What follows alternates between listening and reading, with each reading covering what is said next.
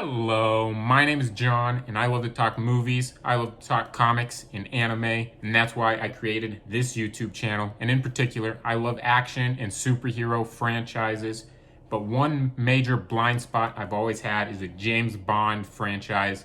I've always been interested, never actually checked them out, and with the 25th one in the main Eon James Bond films coming out in November, hopefully, 2020's been a little iffy with release dates, but I decided to watch through the James Bond movies and most of them for the first time and just share my thoughts, give my thoughts. And today we have the second James Bond film, From Russia with Love. And first of all, I gotta say, I thoroughly enjoyed this film. Obviously, it's not perfect. First, let's talk about the action. This is an area where I think it did a much better job than Dr. No. And first, you've got the action sequence that happens at the end of the gypsy scene that I loved because I'm a big fan of like the Magnificent Seven, and this was very Western styled action sequence, gunfight. Given the landscape and everything, it just felt more Western like, except you had James Bond in a nice suit in the middle of it, and I just really enjoyed that scene. And then once you get on the train and he encounters I believe Robert Shaw was the actor's name, his character, and you just get a part that I complained about in Dr. No, and that's like the hand-to-hand stuff. And in that scene, it did a pretty good job of that on that train fight scene, and I loved it. And not even that, but the build up to that fight was really good. They had good tension going along. And then after they get off the train, obviously, you have the helicopter, which is the action sequence.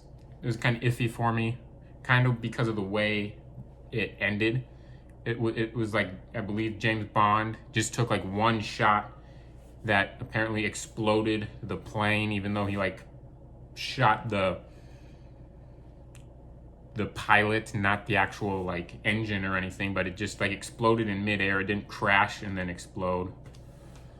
But that's a nitpick, I guess, but I did really enjoy it. And the thing that I really enjoyed about the action was actually towards the end when they're on the boats. For whatever reason, I just absolutely loved the boat action. And they had him cornered in a nice, good way.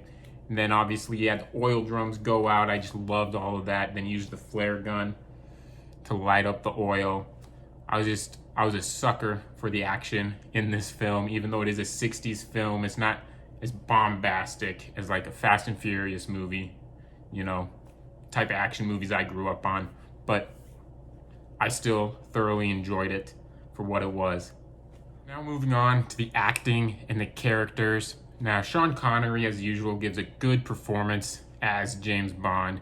His characterization, though, I don't think it was quite as good as Dr. No, simply because there's a couple lines in there, and I'll get to this a little bit later too when I talk about the writing, that felt like they were trying to be cheesy, but it just came off as creepy rather than cheesy. I'll kind of get into that a little bit in the writing as well. And then Daniela Bianchi as Tatiana. I think she was a much better Bond girl than Honey Rider from Dr. No. She's much more enjoyable to watch. I believe the acting was a little better as well, but I think the characterization was also better. She thought she was serving her country when she was actually serving Spectre. I just think that was a decent enough touch to her character.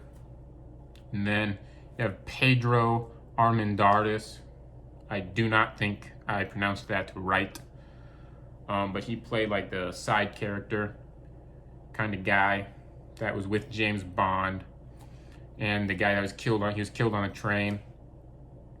And I think he was a much better side character than Quarrel, who I did forget to talk about in my Dr. No review.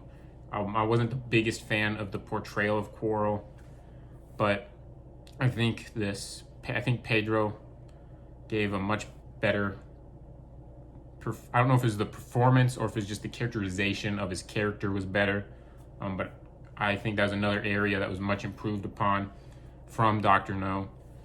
And then one area that I do think was better in Dr. No than from Russia with Love was the villains. I think Dr. No was he felt more threatening than the villains in this film.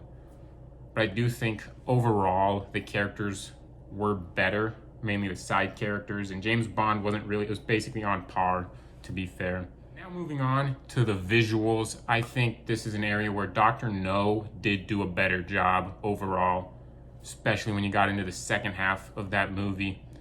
But the visuals aren't horrible in this film.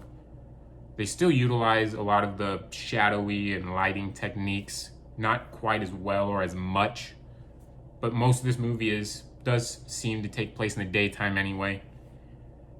But another thing to go along with the visuals was it seemed like there were some editing issues within the transitions. It would transition where they'd have this same conversation at the same time, but when it was on James Bond, it would be brighter lighting than when it was on this other person, but they were outside in the same area at the same time of day talking to each other, and it just felt off.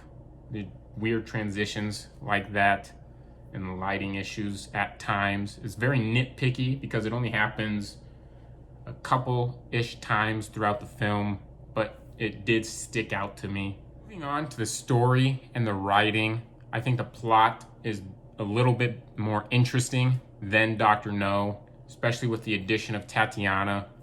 I think her story, thinking she's working for her country, but she's actually working for Spectre, I think that was a nice touch. It added a little more depth. And then I think the pacing of the film was pretty enjoyable. You had some nice build-up in that first act and first half of the film. Then when they reach the train, you get action to action to action, some nice exciting sequences, whether it's the fist fight with Robert Shaw's character, or when Bond and Tatiana are getting chased by the helicopter, or whether it's the boats. It was just paced very well for the most part. I do have a couple issues.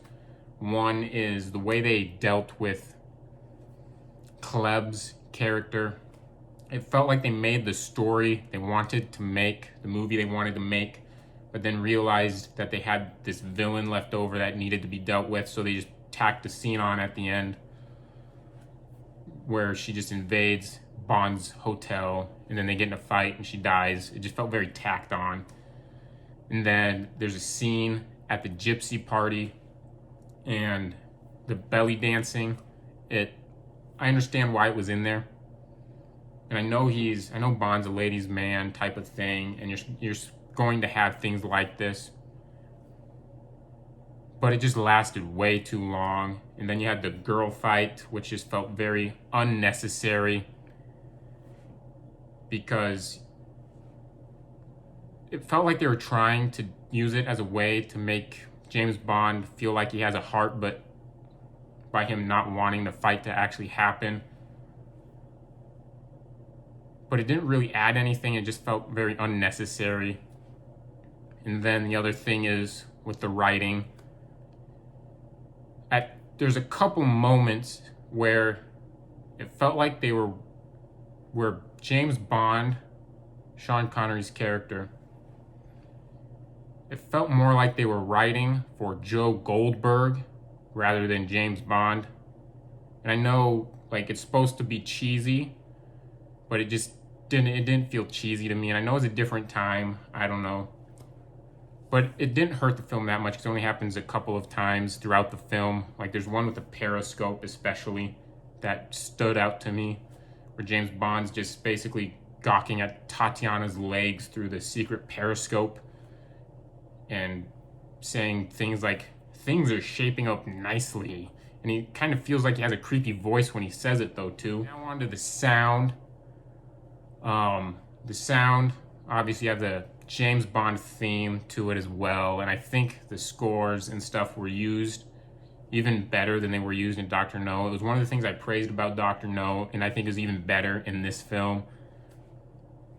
And, and then obviously You have the catchy song, the From Russia with Love song at the end. Very catchy. I loved it when it came on. Now, my rating for this movie, I do think, with the exception of the visuals and the villains, the V's, I do think it was a big improvement upon Dr. No. And I think it would be safe to say I would probably give this movie a 4. I thoroughly enjoyed it. I had issues, but I thoroughly enjoyed this film. And I'm happy to see what comes next. We have Goldfinger coming up next, which is supposed to be one of the best ones. I can't wait. That'll probably be out next week, hopefully, that review. Thanks for watching my video. If you liked it, hit the thumbs up, comment your thoughts down below, and subscribe if you want to see more. I'm planning on doing all of the Bond films leading up to No Time to Die. Hopefully, it doesn't get delayed. And if you want to see more, I plan on doing other reviews. I plan on doing a Christopher Nolan ranking and getting that out this weekend. My first ever video on YouTube was a review for Tenet. So if you want, you can go check that out. And check out my channel. Subscribe if you want.